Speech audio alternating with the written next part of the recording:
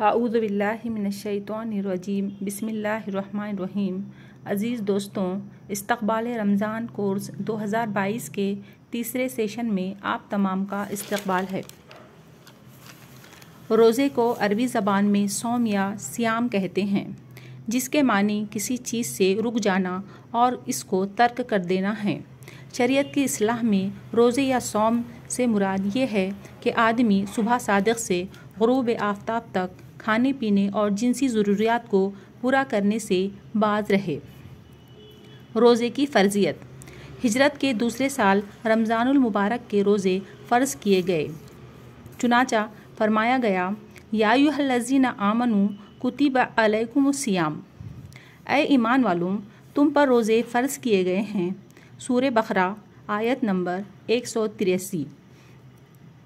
قرآن مجید میں اس بات کا ذکر ملتا ہے کہ روزے ہر نبی کی امت کے لیے فرض تھے۔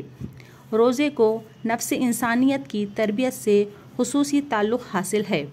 فرمایا گیا کما کتب علی الذین من قبلکم، جس طرح تم سے پہلے انبیاء کے پیرووں پر فرض کیے گئے تھے۔ سورہ بقرہ آیت نمبر 183۔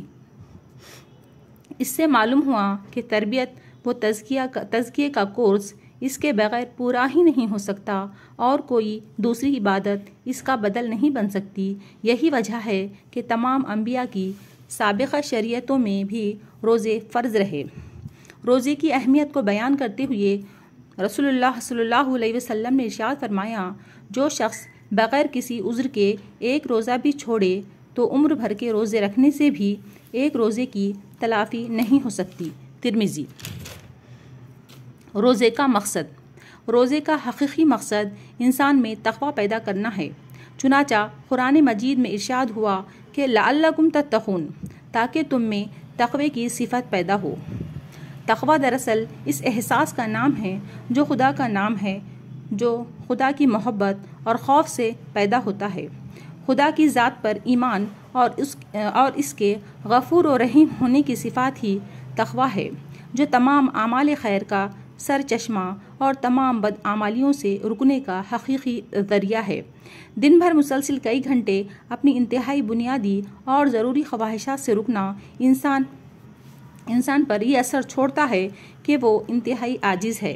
وہ زندگی کی ہر سانس کے لیے خدا کے فضل و کرم کا حاجت مند ہے۔ پھر خدا کی بے شمار نعمتوں سے خود کو مالا مال دیکھ کر جذبہ محبت سے سرشار ہو جاتا ہے۔ جب بندہ اپنی ہیجانی خواہشات سے تنہائی کے ان گوشوں میں بھی رکا رہتا ہے جہاں اس پر خدا کے سوا کسی کی نظر نہیں پڑتی، اس سے خدا کے خوف اور ہیبت کا احساس گہرا ہوتا چلا جاتا ہے۔ روزے کا یہ عظیم مقصد اسی وقت حاصل ہو سکتا ہے جب وہ روزہ پورے احساس و شعور کے ساتھ رکھا جائے اور ان تمام مکروہات سے اس کی حفاظت کی جائے جن کے اثر سے روزہ بے جان ہو جاتا ہے۔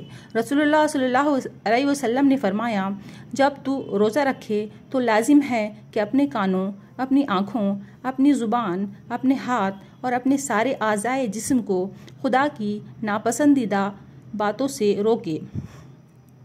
آپ صلی اللہ علیہ وسلم نے فرمایا، روزے کی حالت میں جھوٹ بولنا اور اس پر عمل کرنا نہ چھوڑے تو خدا کو اس سے کوئی مطلب نہیں کہ وہ بھوکا پیاسا رہے۔